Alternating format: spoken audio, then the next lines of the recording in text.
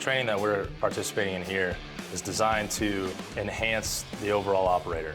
Driving is always a plus. Having that advanced driving capability to recognize the road ahead of you, identify dangers and avoid them is not only survivability stateside, it's also increasing your survivability OCONUS on deployment. Learning to take vehicles to their threshold, you're learning where that vehicle's breaking point is. Center of gravity is going to change to the point that's dangerous for you and your team. It's life-saving in the sense that if you're in a situation where you have to do evasive driving, aggressive driving, you know what that vehicle's capable of and how to use that vehicle to your advantage. How to maneuver in traffic, out of traffic, get around vehicles, get out of situations, and always have a way out. It just really teaches you how to manipulate your vehicle, understand your vehicle, just so if you're ever in that situation, you have all the tools you need to be successful.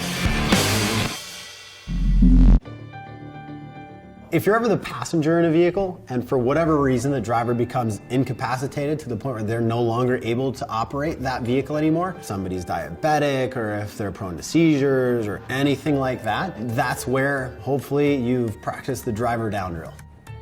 You're in the passenger seat, something happens, and you realize that the driver is no longer able to operate the vehicle appropriately. First step is get your belt off and reach across to grab the handle on the door. Not the handle that opens it, but like the safety handle. And that'll just help kind of hold them in position while you scoot over, basically sweep their legs out of the way, and you're gonna be operating the pedals with your left foot only and the steering wheel with your right hand only.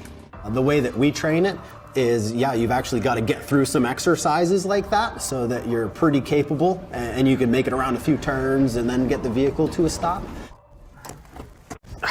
I feel much better. Oh, yeah, no, here, yep, no problem, yep. Some of the folks that are headed overseas to pretty hostile environments will train the same drill, but with, 3 men in the car, 4 men in the car. The driver down drill at that point turns into passenger takes control, rear seat gets the driver out, do what you can for them, passenger moves completely into the driver's seat, car continues driving.